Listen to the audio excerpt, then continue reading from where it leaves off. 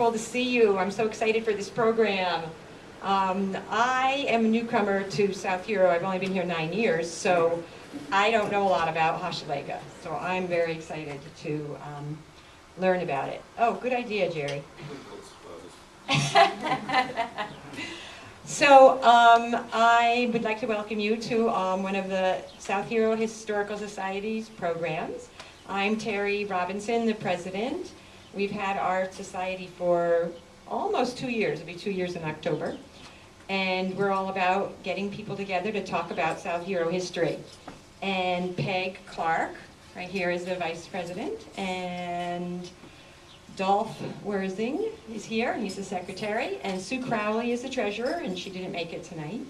Judy Duvall is one of our trustees, and Ken Rocheleau is one of our trustees, and Brett Corbin, and Hazel Quelch. And I'm going to give it to Judy to introduce our speaker for tonight. All right. Thank you, Terry. It's with great...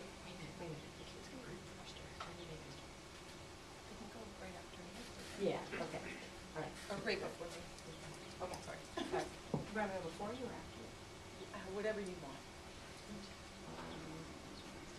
They go first. Here, kids. Here. Okay. So we have a couple kids who went to Camp Hochelega, and we're going to have them say something first, then we're going to introduce the speaker. Okay. So this is Paige Brownell and Morgan Brownell, and they are going to tell you about a couple things about Camp Hochelega.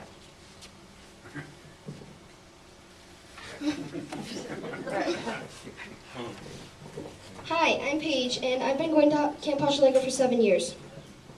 I'm Morgan, and I've been going to Camp Hochelega for 6 years. I think it's important for girls to go to Hochelega because you get time to learn about yourself. You get to learn your activity level and what you're comfortable doing. You make new friends. I like the fact that I have some time to myself. I like the food. Sue is a very good cook. If you have children or grandchildren, it would be a good place for them to go. The best part about camp is the 4th of July parade. This year we got first place. And the cinnamon rolls. Okay. All right. Thank you. Now for Judy. Okay. The girls did a great job.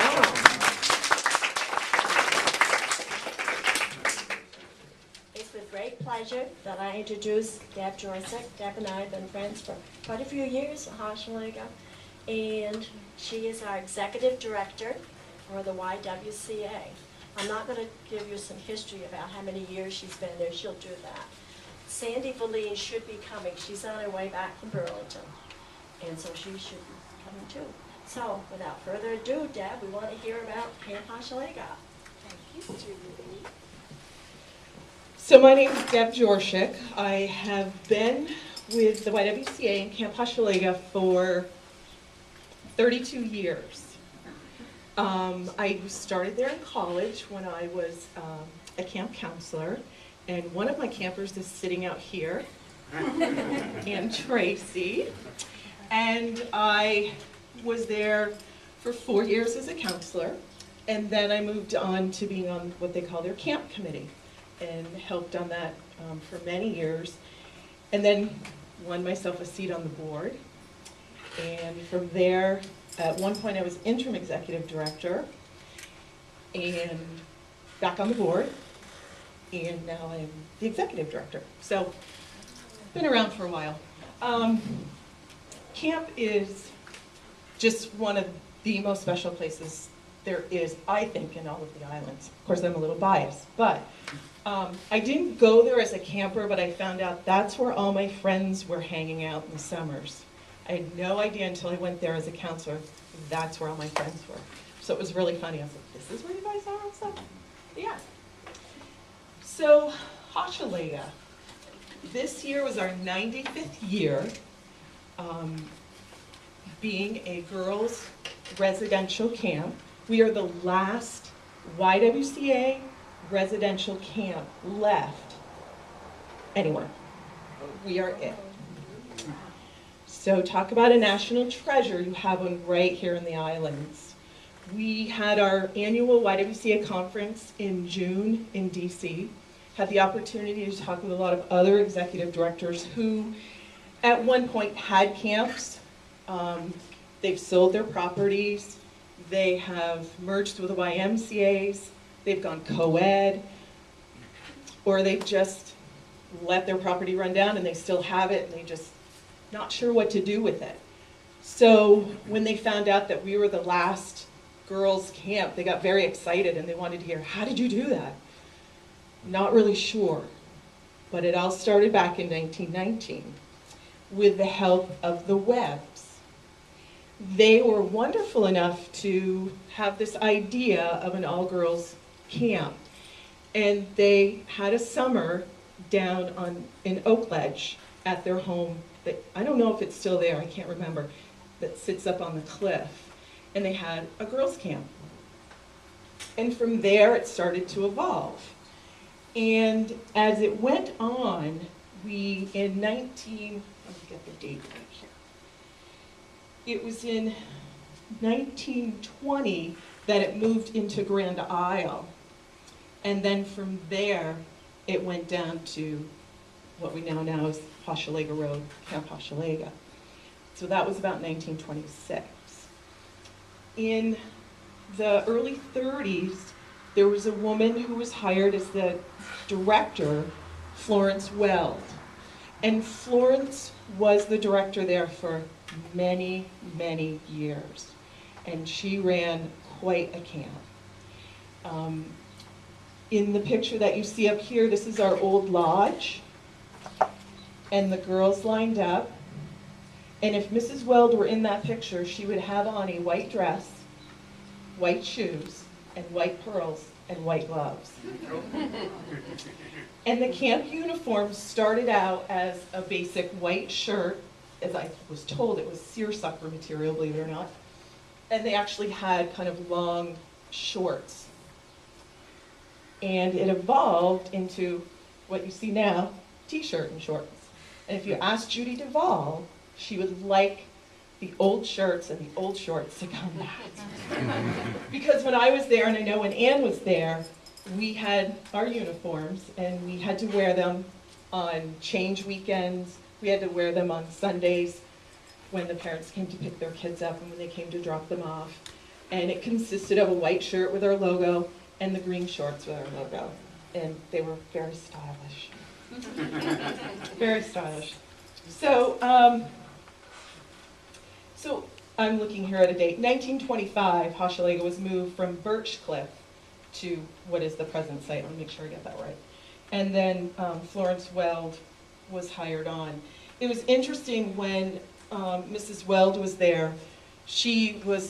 There were a lot of women that came to Hochelega that were from well-to-do families and that could afford to come to camp. And most of them spent the entire summer at camp. And there were times when there were children, girls who could not afford to come to camp, and Mrs. Weld took it upon herself to get in the car and drive to whatever point in the state of Vermont to pick up a child that was recommended to come on a scholarship and bring them to camp free of charge. Those girls were never, ever charged. They all came for free that could not afford it. And one woman, she's in her early 90s now, Sandy! Sorry. Her name, well, I'll tell you her name after. I was just reading her story, which she's told me many times. When she was a child, she received a postcard in the mail. It was a penny postcard. And on it said, you have a scholarship waiting for you for Camp Hochelega. And that's all it would say. And from that point on, she said she'd read that thing every day, going, oh my gosh, I'm going to Hochelega, I'm going, yay. And she says later years, she has no idea who did it, but she's very thankful because that gave her 6 more years at Hochelega. And she said it just dramatically changed her life. Her name is Janet Dyke-Rude. She now lives at Wake Robin, and she's in her early 90s. And she was at our reunion 2 weeks ago. and she just loves Hochelega, and it just really, really changed her life, and she has no idea who did that to this day. But she still has that little postcard that said she was getting a summer, because then they would go for the whole summer at Hochelega. So it was very, very effective for her. She actually also, during that same time, she arrived at camp and they said, "We don't have a space for you because you didn't return the postcard." And her mother looked at her and said, "We didn't have the money to send the postcard back." And Mrs. Weld at the time, or no, said, "You can still stay." And that's what I try to do when kids show up and we're not expecting them or they're not on the list. We'll do whatever we can to help them to be able to stay. So over the years, I believe Mrs. Weld was there for 39 to 61. Thank you. So, and then we started rotating long-term directors over the years, and Sandy has been our camp director for 13 years since 2001. right. And Sandy and I were counselors together at Hochelega when Ann was a camper there. So we all kind of go way back. So we've been, over the years, we've been, in our heads, we keep saying, oh, we've got 100 years coming up. Oh, but that's way off. Oh, we got 100 years coming up. Oh, it's getting a little closer now. We are starting to plan for our 100th year at Hochelega. And with that, some dedicated ladies, Ann's mother, Nancy Tracy, Katie Little, who was a camper, and then a camp director at Hochelega, and Joan Curtis, who's the granddaughter of Florence Weld, have all started our new project, and it's called Hochelega Memories. And I have copies here, so you can certainly take one with you when you go. But this is what it looks like right now. We have quite a few people that have contributed to this and writing their own stories about Hochelega. And in here is also the legend of Hochelega. And that legend was actually written by Janet Rood's daughter, Cheryl Rood, and another woman, Jane Greenman.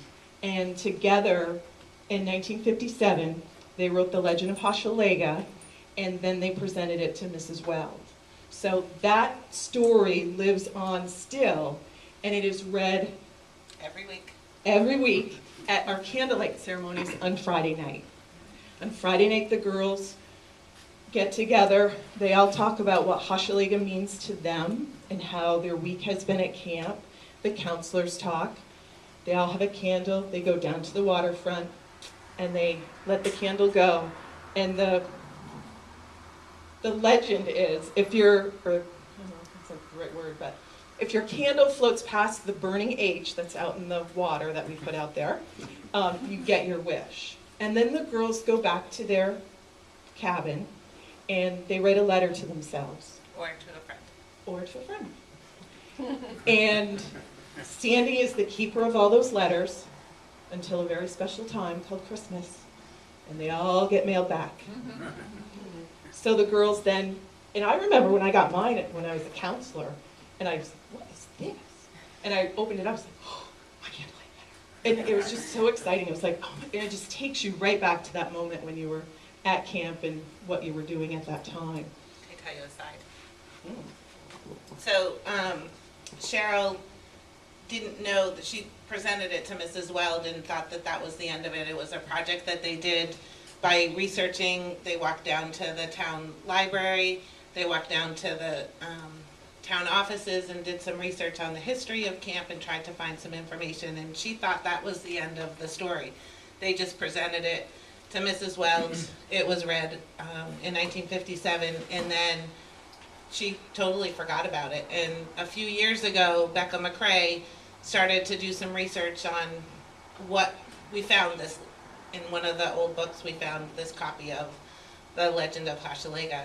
It has been included in every log since 1957 in various forms. The log staff is a group of high school age campers who create a memory book similar to what's on the table. And it's a special theme. It has all kinds of secrets that nobody knows what color the paper is, what the theme is, all kinds of things. It has been included in each one of them as the log staff got shorter on time. Time management for high school students is sometimes a little challenging. That words were skipped. Mr. Simpson, I remember, used to read it every other session. It happened twice up until the 90s, I believe. And she thought that was the end of the story. When Becca reached out to her and said, "Did you know that we have this story that you wrote?" She's like, "What are you talking about?" And she said, "You wrote a story for Mrs. Weld called The Legend of Lega." And we have continued to use that and read that story every candlelight since at least Mr. Simpson. I don't know if it went back earlier than that. And she was floored. She said, "We never anticipated that anybody would ever read that story." And it is an incredible story. The counselors a few years ago acted it out. It's just a really interesting way. It points out a lot of, the native tribe walked the sandbar. They talk about the apple trees. They talk about the animals that live around Hochelega. And it just is a really touching way to end our candlelight session. So,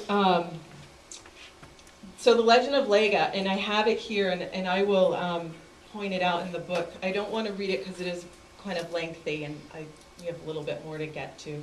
But it is very compelling to learn. When I first heard it, I thought they were all making it up. I said, "Oh, how can they know this stuff?"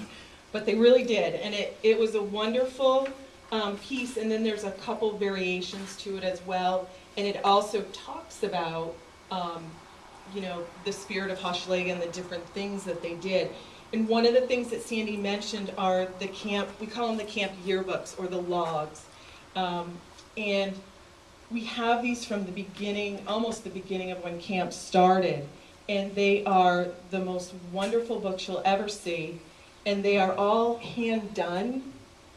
Most of the covers are either wood burned, or this one was actually redone by Linda Delhagen.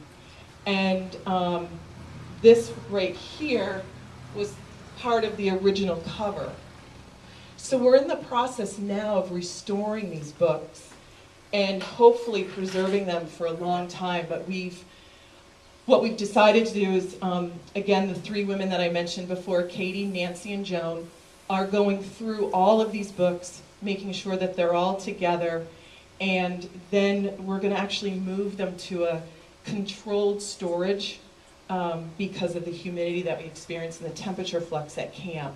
The books right now are all at camp, for the most part, if they're not at Nancy's house being fixed. But In the off season. in the off season, because we like to leave them up there. 'Cause we have people that come just driving by that want to stop and say hello and look at their log and see the pictures. But all of these books are hand done. You can look at these after for sure. You can put it under there. Oh, sure. And so all of the books are hand done, and every year the book is dedicated to one particular counselor. And again, it's a secret, and it's revealed at our banquet, which our banquet will be Thursday next week. And that's almost 2 days before the end of camp. And so this will tell the story of what happened in 1949, what the classes were that they took, who was there. We have pictures of each of the groups that were at camp. And a lot of the traditions that happened way back are still continuing. As Sandy said, we have candlelight, we have the log book, and there's a group of women that are together. There's an editor, there's photos, all kinds of people that contribute to these books and put them together.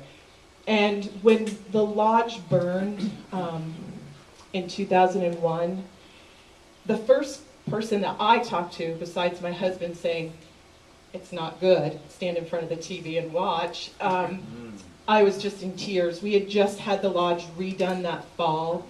We had, J.A. Morrissey came in, we jacked the whole building up. We actually cut the library off and the kitchen, the back of the kitchen. Main lodge went up, we redid all the pillars below, set it back down, got everything back together. And in May, we got the phone call that there was a fire. And John Phelps, God love him, he came over on his tractor because he smelled smoke. Smelled the smoke, saw smoke coming out of the upper floor of the lodge, and drove back, told his wife to call for help, and then he went back over. And then she couldn't find him, and she went and opened the front door, and that should have been locked from the inside, so we're not sure what happened there, but the fire had started to come down through the second floor, and then it just went on from there. And the first person that I talked to was Janet Dyke Road, and she said to me, "Where are the logs? Where are the logs?" And I said, for whatever reason that year, we had moved them to 278 Main Street in Burlington. They were all safe and sound. So that was just Mrs. Weld looking down on us, I guess. So these books are just treasures. And we have people that will come from all over and say, "Oh, I went to Hochelega," and Sandy's so kind enough to say, "I bet I can find your picture." And she'll go right to their year, pull it out, and there's their picture, and share the memories. And we also, I wanted to show a picture of what, there's another one of the lodge, and then I'll show you one of what it looks like now. So that was taken probably back in the late 20s, early 30s. And this is the new lodge up above. The old lodge had a second floor. It had sleeping quarters upstairs, office space. And when we rebuilt the lodge, it took us a while to come up with the design, but we were very adamant about it had to look like the old lodge. And so we weren't able to put the second story on, but we did vault the ceiling, so it gives it the second floor look. We still have the wraparound porch. And this particular view that you're looking at is parallel to the lake. And on the left side, if you sit on the stairs there, you have the most beautiful view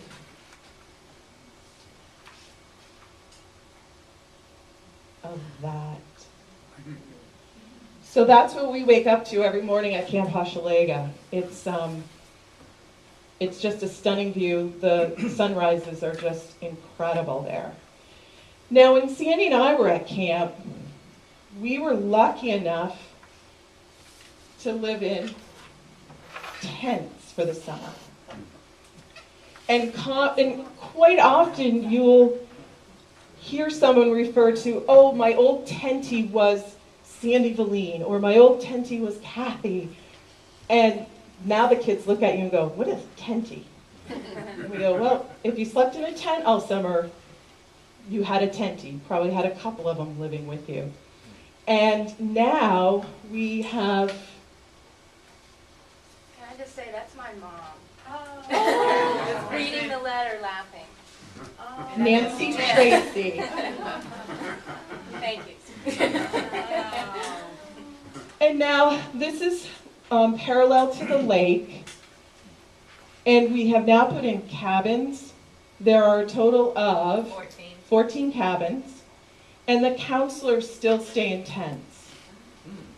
We have this cabin here. The first cabin here on the left is a handicap accessible cabin, which was built in memory of two of our camper counselors, Karen and Elise Bloom.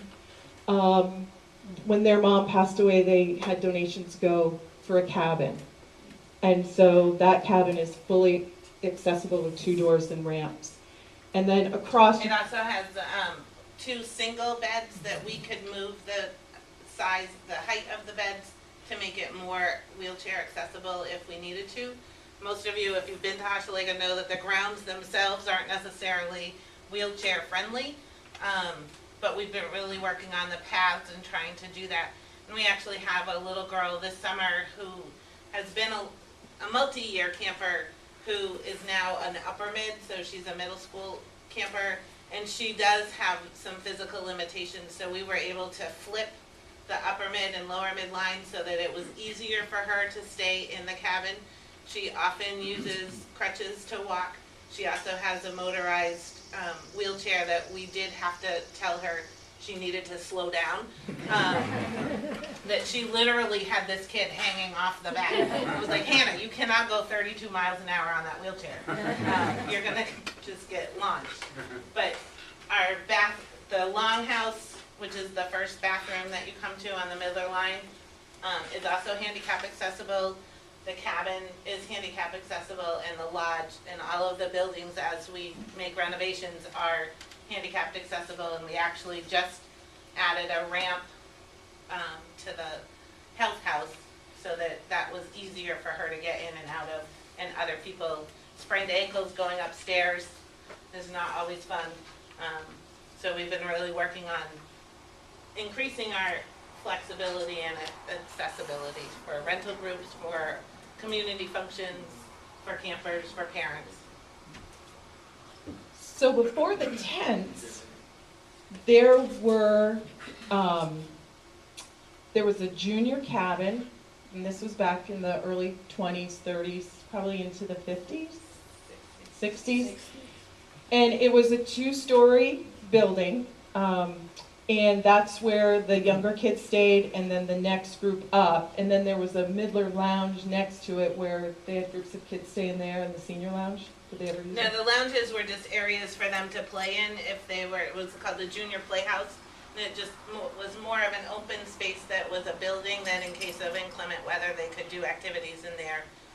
And then that has morphed into the log room, which is a secret room in the back of the Midler lounge that was used as the log office. So the campers had a place that they could work. They had was a fake wall that had a door hinge so that they could lock themselves in there and nobody could see. Anne's laughing because we spent many hours in there. It was also part of the arts and crafts building at one time. The back room was used as the log. Now we have an old shed that a group of us tried to pick up and move, right, Judy? About 12 years ago, a wooden structure that we thought with enough people and Hochelega spirit, we would be able to pick that thing up. It almost moved. It almost moved with 16 of us. But it's just a place that they can have that's kind of a secret that nobody goes to except for the log staff, which is really kind of interesting. So when we had the arts and crafts building was burned as a training exercise for the South Hero Fire Department in 2007. It was really nice to be able to say that this building was an educational facility for its entire lifespan. And actually one of the firemen, I don't remember who it was, said, "Can you take a picture of this for me?" It was in March. I said, "Sure." And so he's standing in front of the burning arts and crafts building, and he pulls out a set of marshmallows and a stick and graham crackers and chocolate, and he's like, "Can you just take a picture of me making a s'more on the fire from the arts and crafts building?" Which was really, I thought it was really cool. So this became the this was not the original junior playhouse, this is, or the Midler living space, but it was actually used for many years as the Midler's cabin. Had 3 rooms in it that held quite a few bunk beds, and they had partitions in between the bunk beds, and according to some of the things that I read, people used to look over the top. If you had the top bunk, you could look into the other side, which was always really fun. It's now the director's cabin. And let's see, and then we also have our health house, which has kind of gone through a few changes, not many. So some of these structures that you see, and then we have the wig that's up on top of the hill, where we do our evening program and we hold our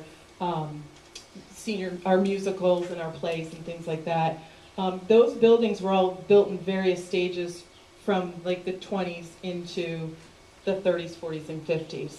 So we've been very good stewards of our buildings for the most part.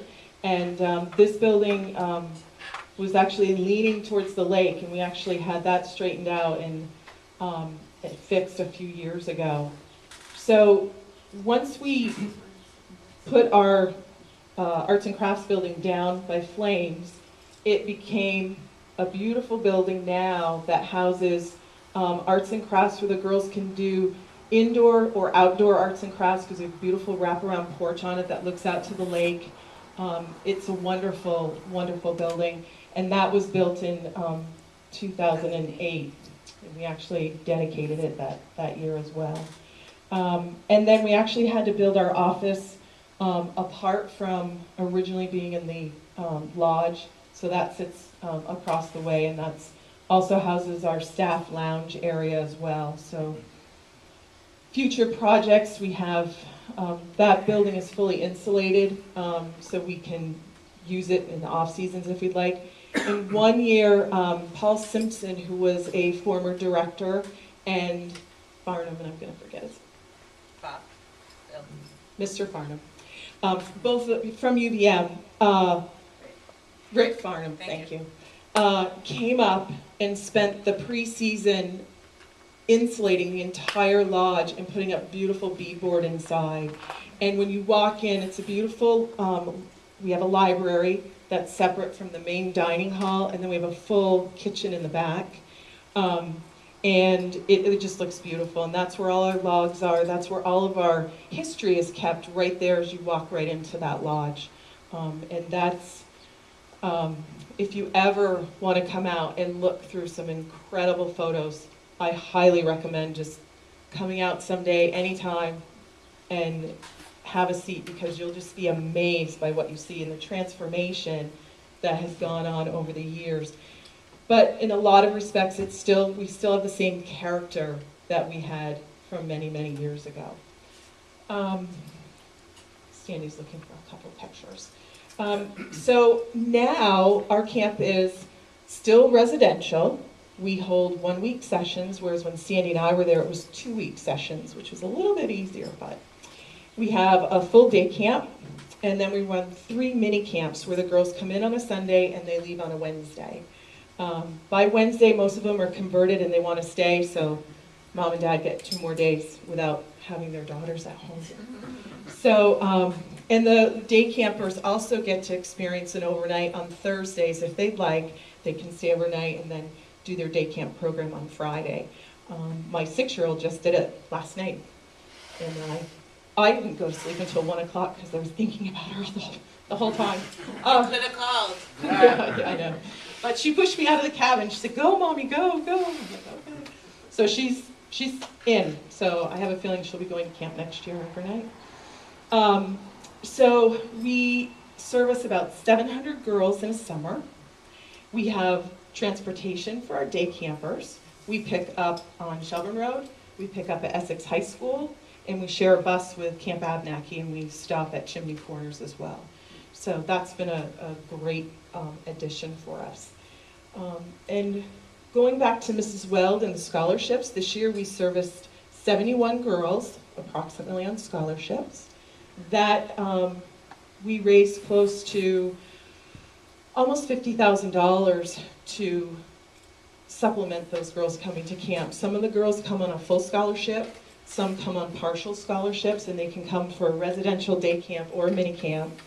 And it's been very, very successful. The girls that come through, as these girls can attest over here, there are girls that, like Janet Rude, didn't know they needed camp until after they went to camp. And it becomes a big part of your life. And I think I am just about out of what to say, Sandy. I doubt it. Perhaps we have questions or Yes. from the audience. I'd love to hear questions. Yes. What is the origin of the name? Ah. No, it's not a secret. It was from the Hochelega Indians in what is now near Montreal. There is a tribe of Hochelega Indians. I'm not sure how that became the name. We started off in the late 1919. It had a different name, and nobody is like 100% sure. We can't find the real documentation of the name before it was Hochelega, but it was, according to everything that I've seen, it became Hochelega very early on. Maybe after the first or second year, it was in Oak Ledge Park for a year, and there's some controversy over whether it was actually in St. Albans Bay area in 1919 before it was part of the Webb Estates for a couple of years, and we moved to South Hero in 1925, 1926, which is when the Health House was built, the original lodge and the wig are the buildings that are currently there. Most of the people I know who have gone to summer camps are connected to that camp through traditions that happen through the years over and over. What are some of the traditions that, sounds like the candlelight thing is a tradition. Candlelight is big. Back in the day, when Sandy and I were there, and Anne, we used to do there was, I think it was two Saturdays when the parents would come to pick up after a 2-week session. We did water ballet. Big shows. They were big impressive shows. Do you still have it? No. We don't. No. That and people ask all the time. My mother actually was a camper in the 40s, and she remembers water ballet. I was a waterfront brat. I pretty much only was on the waterfront as a 10-year camper, and I loved water ballet. It was the best thing. Every year was so incredibly different. And I remember she said to me when I joined the staff, I am so glad that you now can drive yourself to camp and come back home after candlelight so that we don't have to sit through another candlelight because they are all the same. I'm like, how can you say that? It's under the lights and the theme is different. And she's like, you've seen one water ballet, you've seen them all. It went out somewhere in the late 80s, early 90s, and it just hasn't been able to. The kids do some synchronized swimming, not a whole lot. There isn't as much demand for that. And yeah, Esther Williams was big. We had pictures in the dining hall for a long time of water ballets, and you know the routines that were done were incredibly impressive, and the girls just loved it. We had serious and funny ones based on levels. Anne was, I think, one of the elite water ballet performers, and often had her own routine with just one or two other campers as somebody who really knew what they were doing, whereas the rest of us just did it for fun and had a really good time with that. Well, they're still doing water ballet. Yeah. My granddaughter does. Yeah. Yeah. Yeah, and we have an alum who lives in New York City who actually joined a team group in her home area and competed as a synchronized swimmer. It's just not as popular here. A lot of town people used to go down to the water Yeah. ballet. Yes. Yeah, they were It big was- shows. They were very big. And the water ballet benches which sat on the hill. And some of our other traditions, we have the candlelight, we had the water ballet. We have, next week is our last week at camp, and it becomes this incredible flurry of activity and a lot of buzz, because starting on Wednesday, back when Sandy and I were there, it was called the Senior Musical. And that's when the older girls would come to camp for longer than 2 weeks. They were usually there for 4 weeks. So they would put on a huge play, a musical, every year. And this year we're doing Peter Pan. And in years past we've done Music Man, and I've gone up still to watch some of the musicals now, and they're just incredible. They're doing it on a little shoestring, but some of the things they come up with, it's just incredible how they can, pull that off. And it's now open to all of the campers, so our day campers often are in musical, and our youngest campers all the way up through our seniors are involved in it. And You know, we have a day camper who's 6, who's like, I'm coming back to the show. I'm not in day camp next week, but I'm coming back to, because I did set design. So she's coming back to watch the show. And then on Thursday, we have our banquet, which is the end of the year, summarizing everything that happened. That's when we give out our awards. We have an award that's been given out for years. It's called the Hochelega Cup, and that goes to an outstanding camper. And then we have the log, which is dedicated to one of the counselors that year.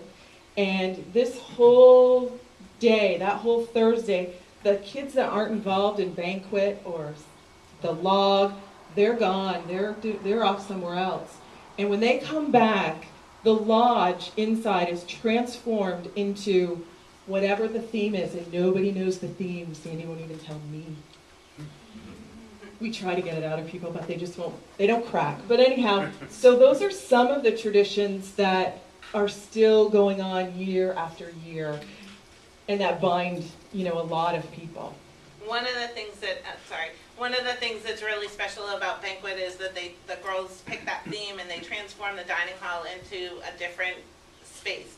Some of the ones that have really kind of touched me are, a few years ago they had the lost city of Atlantis, and we actually went in one of the lodge windows and slid down a little play school slide that somebody had, and the girls were blowing bubbles, so it made it feel like it was underwater.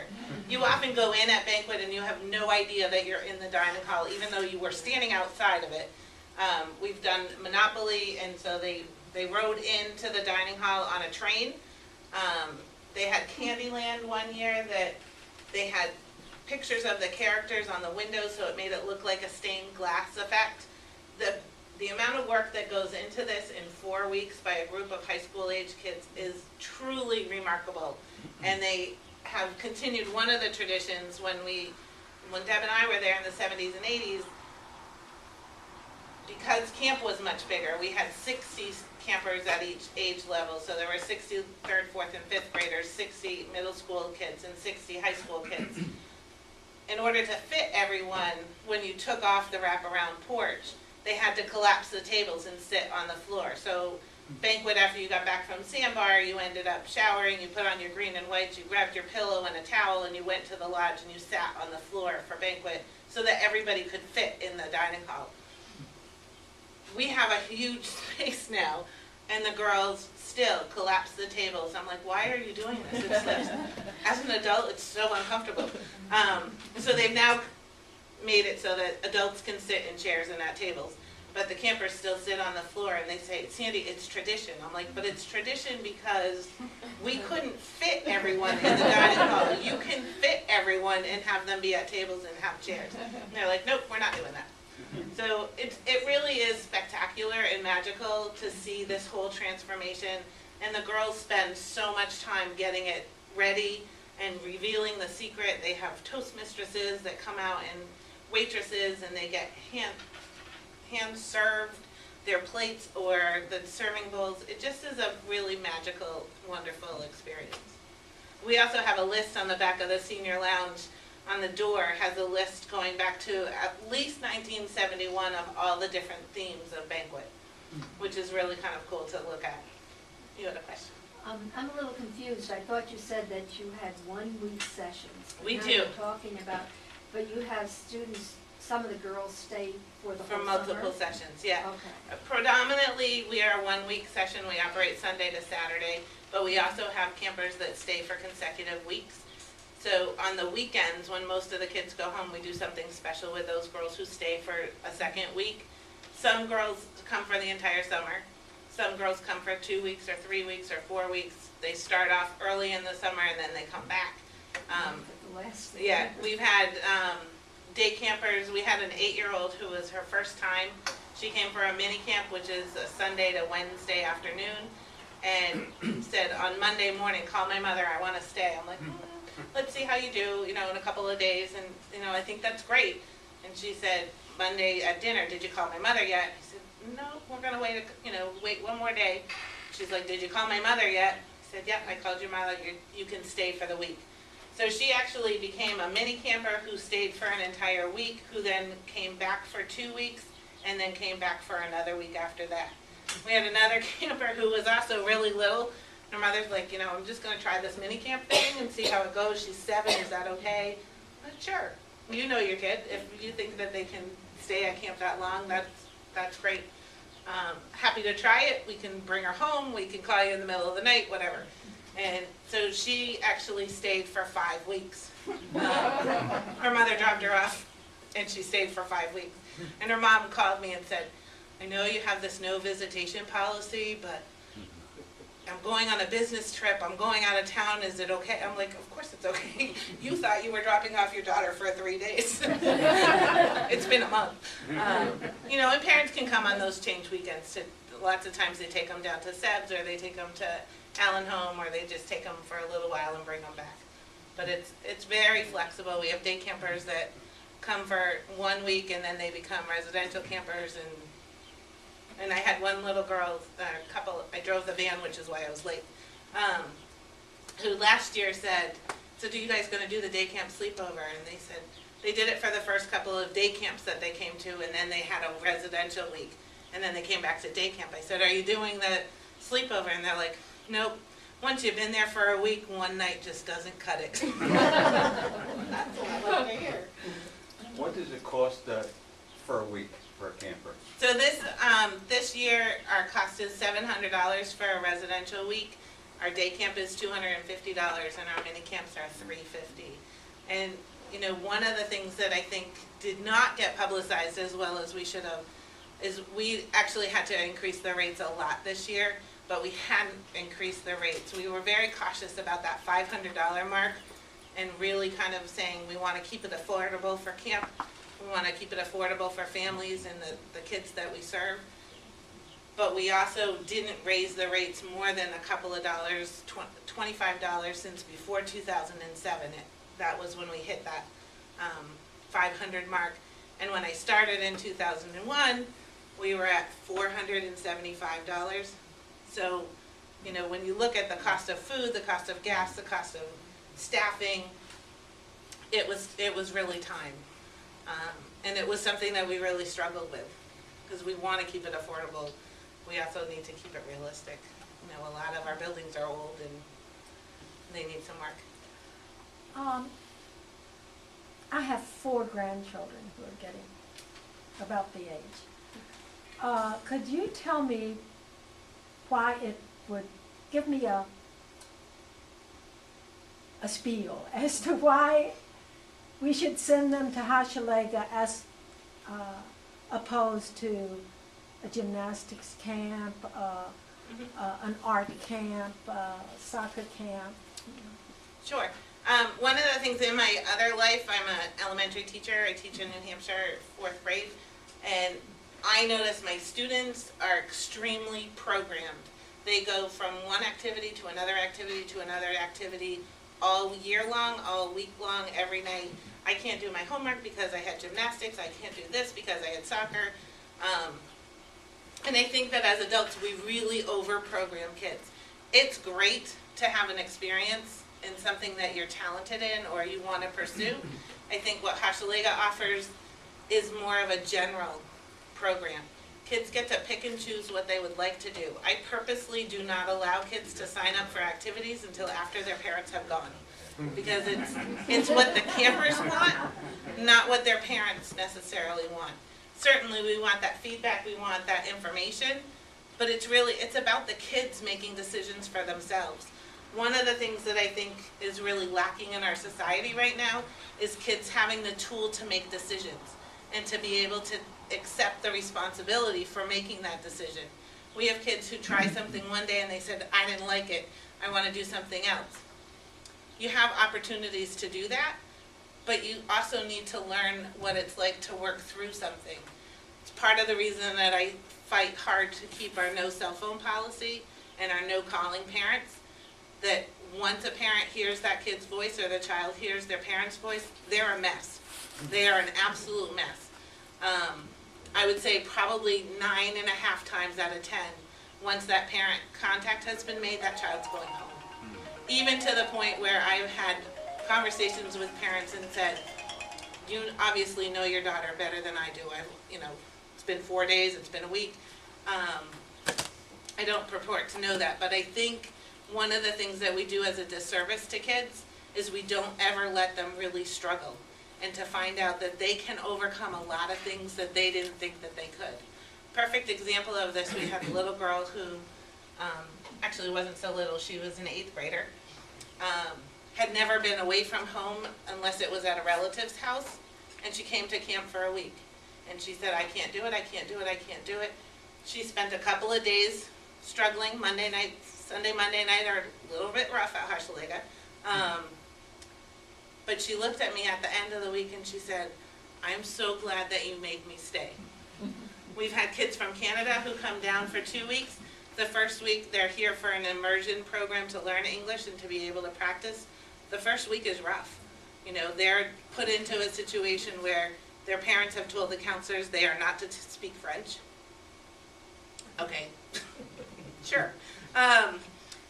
But they actually learn so much by just being immersed in the culture and trying, and they teach kids some of the French. I know Helen Bishop is very much a supporter of us going, Helen, I don't know French, it's been a really long time, that she will come and talk to the girls so that they are more comfortable.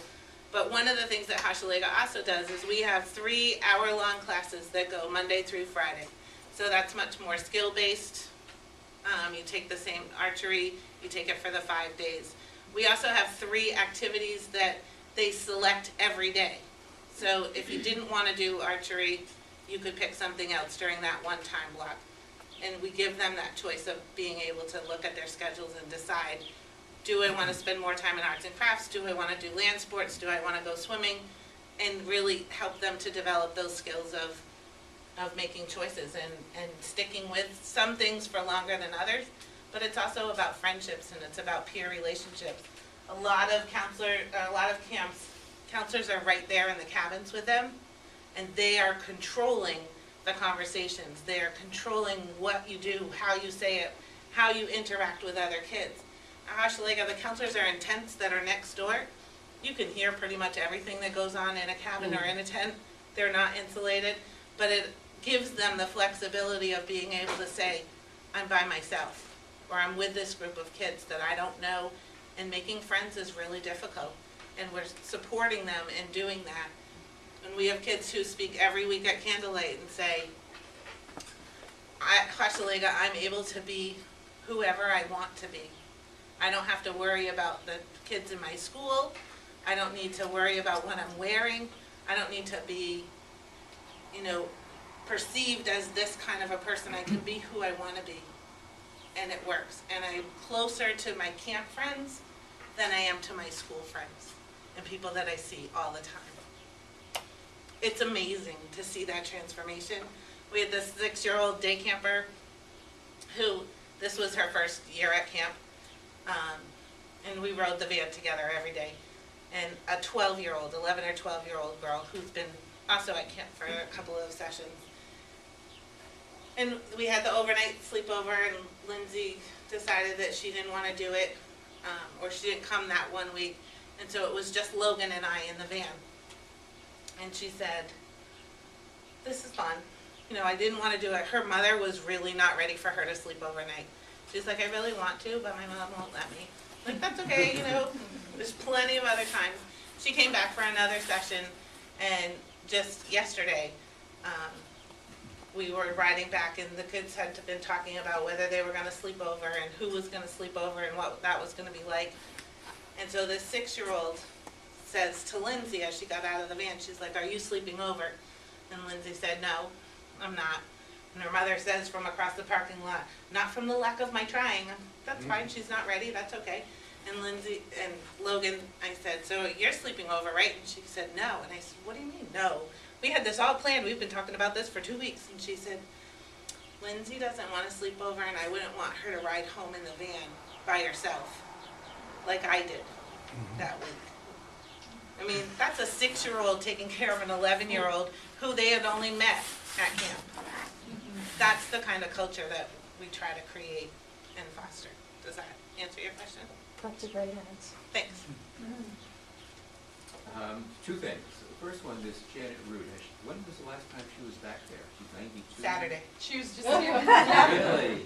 She was. What was that like? Oh, it was wonderful. I love Janet. I've known her for a long time, and she's so sweet, and she has a hard time standing up straight now, but she was there with her. Wow. And she was going along, and I went right up and I said, Janet, I said, it's Deb Jorshik. And she's like, oh, how are you? She said, thanks for introducing yourself. She says, because I can't see all that great anymore, she says. But she says, I love it. And she said, I just want to go and sit down under, we have a beautiful cedar tree. And she said, I just want to go down and sit under the tree and just, look out over the water. And she sat with Joan Curtis, who is the Weld granddaughter, one of the Weld granddaughters. So they had a nice visit. But yeah, so she was back.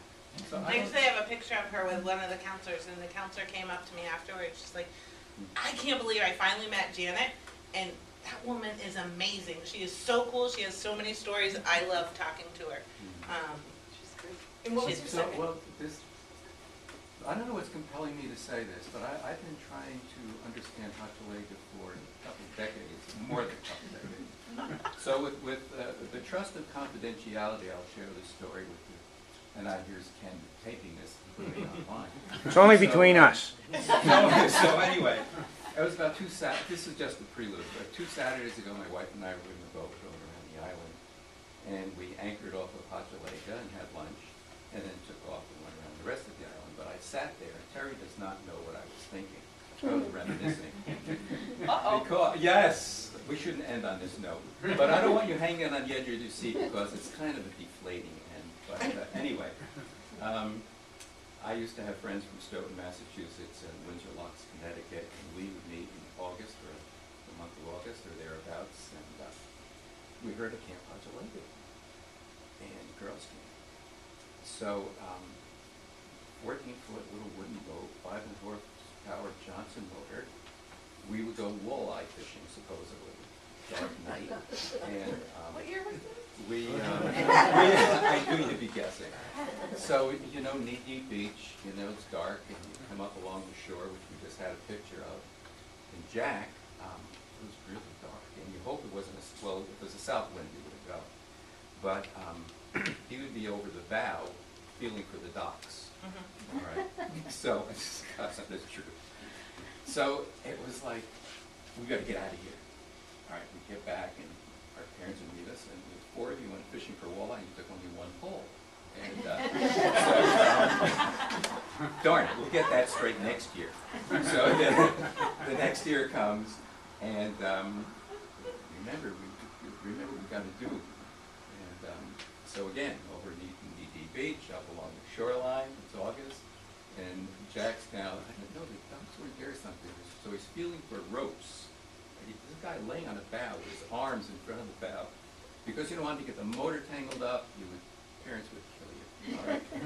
So somebody also had a flash. I don't know what we were expecting. All right? I had no idea. All right? It was just early hormones at work. Just what? All right?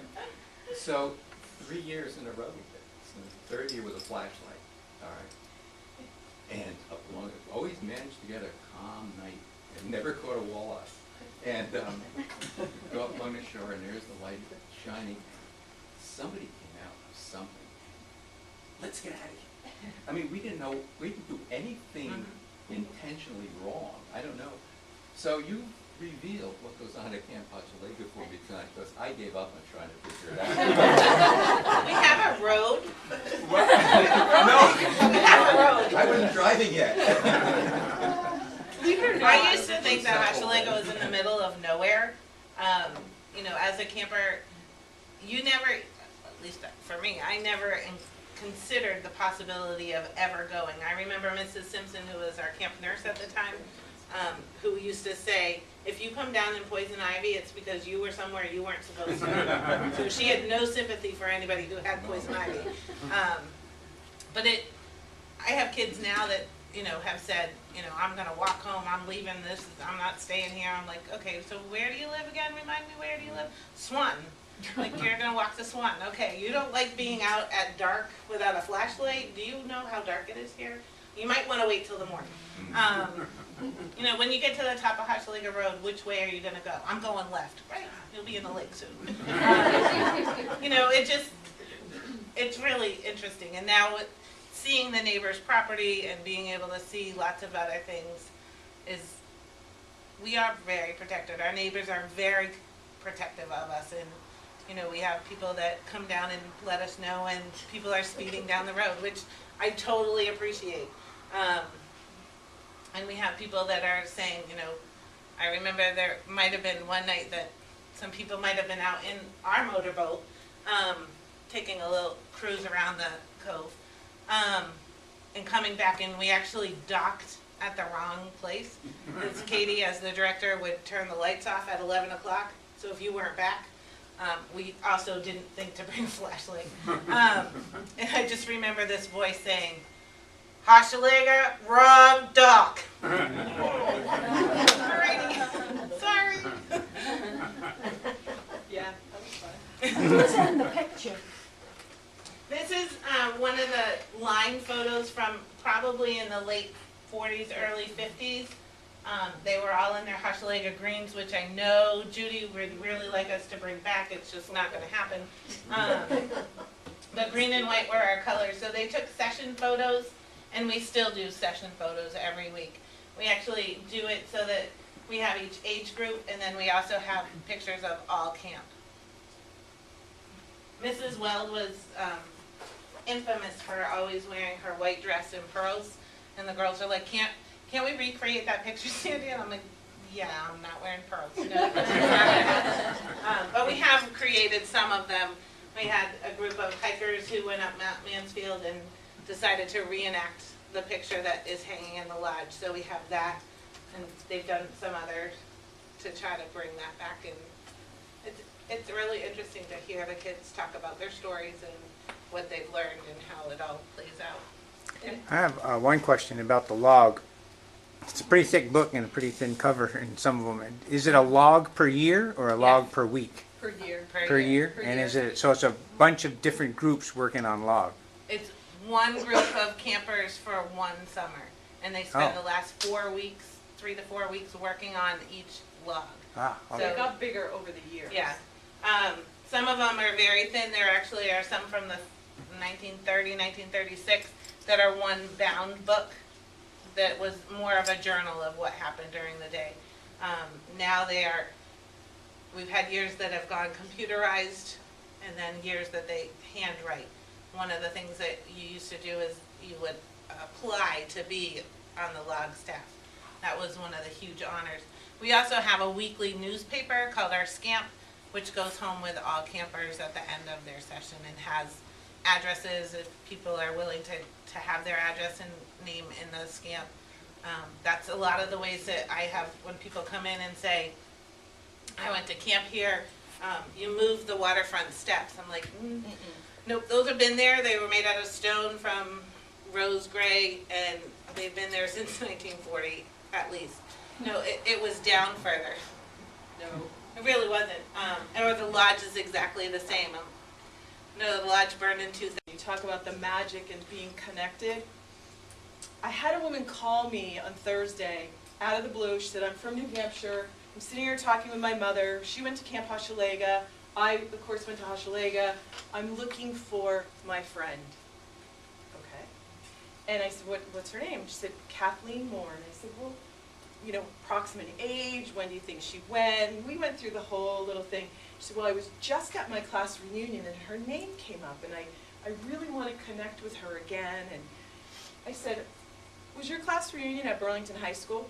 Well, yes, it was. I said, well, do you know a woman by the name of Beth Barovic? And she said, well, I sure do. I just met her. We just reconnected. I said, she will know exactly who Kathleen Moore is because she was just up here at Hochelega. And you guys are all the same age and connected. And she's like, you've got to be kidding me. I said, no. And we have a lot of stories like that, you know, where Hochelega isn't just Vermont. It really is worldwide. We have people from all over the world that have come through our doors. And this summer we've had campers from Spain, Costa Rica, France, who have no connection to any person who has been at Hochelega. That parents, we had a little girl from Russia who has been here a couple of years now who knows somebody in Vermont, and just thought that it would be fun to have them here. I now have some international counselors again, which is really amazing to see. A lot, Fiji, well, she was born in Fiji but lives in New Zealand, Australia, South Africa, and the list just continues to grow, and the kids are just fascinated by hearing about their culture and how things are different, learning the terminology. You know, when the Australians start going about the jangles, and it's like, what are you talking about, Lily? You know, you have to bring your jangles to the beach. Oh, you have to bring sandals. Right, you have to bring sandals. And some of them are a lot more complicated than that. And they talk so fast, and they looked at me and I said, you guys talk so fast. You need to slow it down. Kids aren't going to be able to understand you. And they said, we talk so slowly that it's painful to listen to. Okay. Well, you know, one time I heard this guy, the dean of medical school, giving a talk to the students and their parents. And he said, listen to the patients, especially listen to them as they go out the door, when they've got their hand on the knob and they say, by the way, that's really the thing that brought them there. You know, these last questions have just been amazing. You guys just keep coming with them, and thank you so much. And I'm sure you would be willing to have more questions, Sure, as some people may want to leave. Thank Yes. I'd be interested to know where the land came from. You know, Ron? I don't know, no. The Phelps property boarded that property since 1915, but I don't know who owned that property. We do have, I know we have the right-of-way through the Laro property, which our road to our gate is a deeded right-of-way through there, with the Laros that sit right on the corner where the red barn is. Over the years, and I should know this because when we did our big septic project at Hochelega, not once, not twice, but 3 times, I feel like I should just know this off the top of my head, but I believe some of it was deeded from UVM.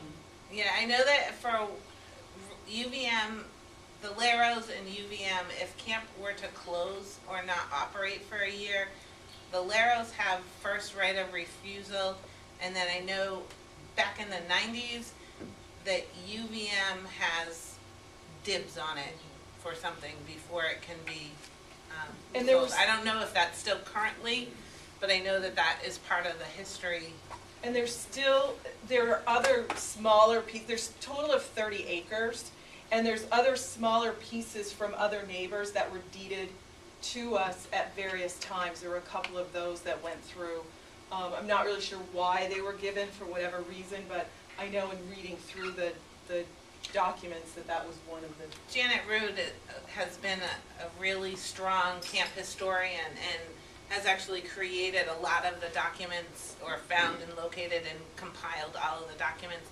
And Deb's right, I know this answer and it's not coming to me right now, and I apologize for that, but I can try to dig in and try to find that once the session's over, because it's crazy. Okay. It's kind of crazy. Well, no, just thinking about it, the Laro property, the meadow there behind them goes way down toward, right into the basic camp area itself, so it may very well have come from them. Yeah. I don't know, I've never heard. Do you get a fair amount of island girls attending camp? You know, it's interesting.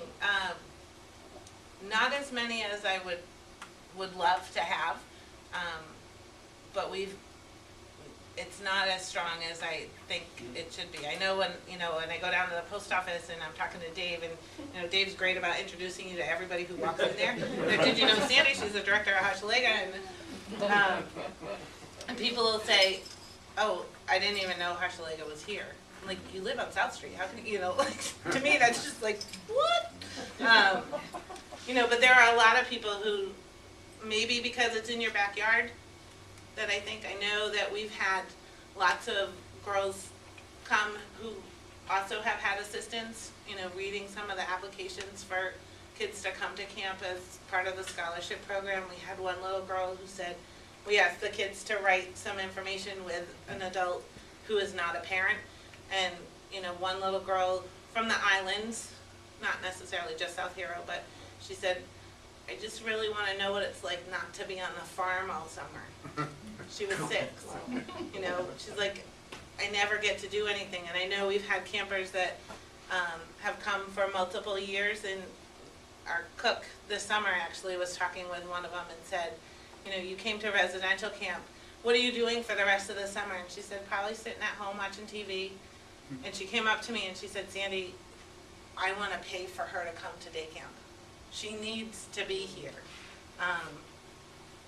Those are the stories. I mean, it's heartbreaking and it's heartwarming at the same time. And she said, she came in that first day when she came back, and I said, do you want to come back to camp? There's somebody who would really like you to come back to camp. And she said, would love to come back to camp. She's like, but we can't afford that. And I said, I know, you don't have to worry about that. It's, somebody wants to do this for you. And she came back with 2 cards and said, I don't know who it was, but can you make sure that the person who did this for me gets this? And just, what an incredible story from a 12-year-old. That's what it's all about. It's about parents who come to pick up their kids and say, my child is a different kid. They've had so many great experiences. We had one little girl a few years ago. Kids at the table all have jobs to do. Everybody does a little bit to kind of help out. You guys know that.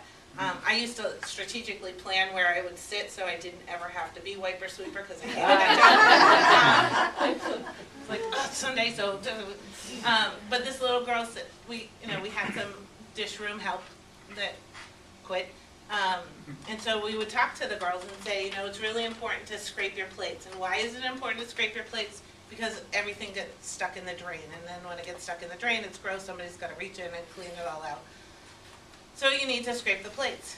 And so that was her job. And she did it around the table like everybody else. And she came up to me and she said, Sandy, where do you get those scrapers? I'm like, what? She said, where do you get the scrapers? I'm like, Walmart? And she said, I said, okay, why? And she said, she's like, are they really expensive? I said, no, they're like $1. And she said, okay. That was the end of the conversation. Off she went. On Tuesday after she left, her mom called and said, I just have to tell you this story. She's like, my daughter came home from your camp. And I was like, oh, here we go. Here we go.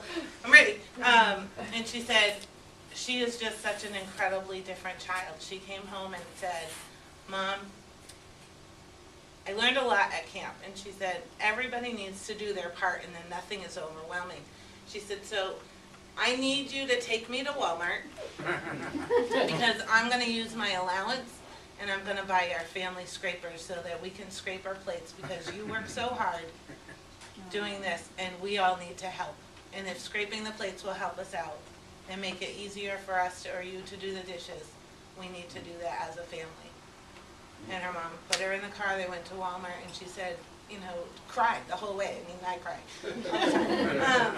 But those are the stories that you hear about, and I know that there are stories that we don't hear about.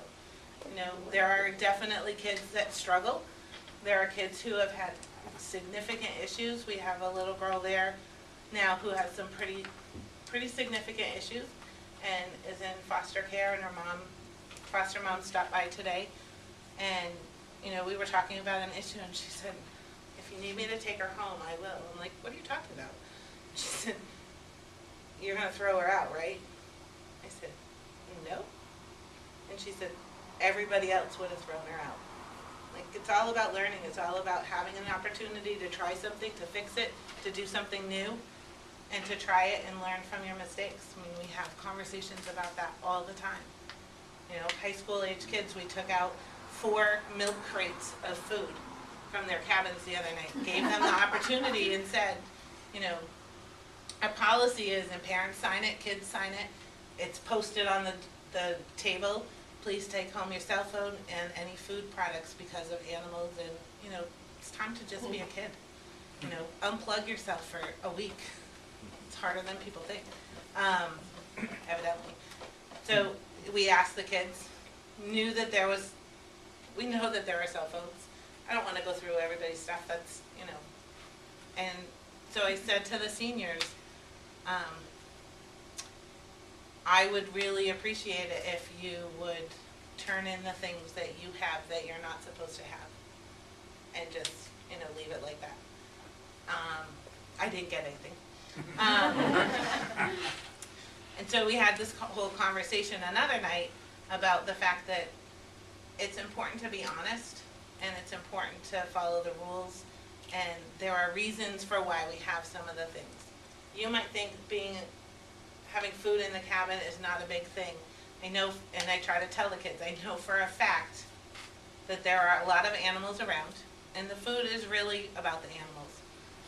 We had many years ago, not actually when I was there, which was good, but I know that it's happened, that our cabin doors open in, so at 3 o'clock in the morning, a skunk got into the cabin, but was not able to get out.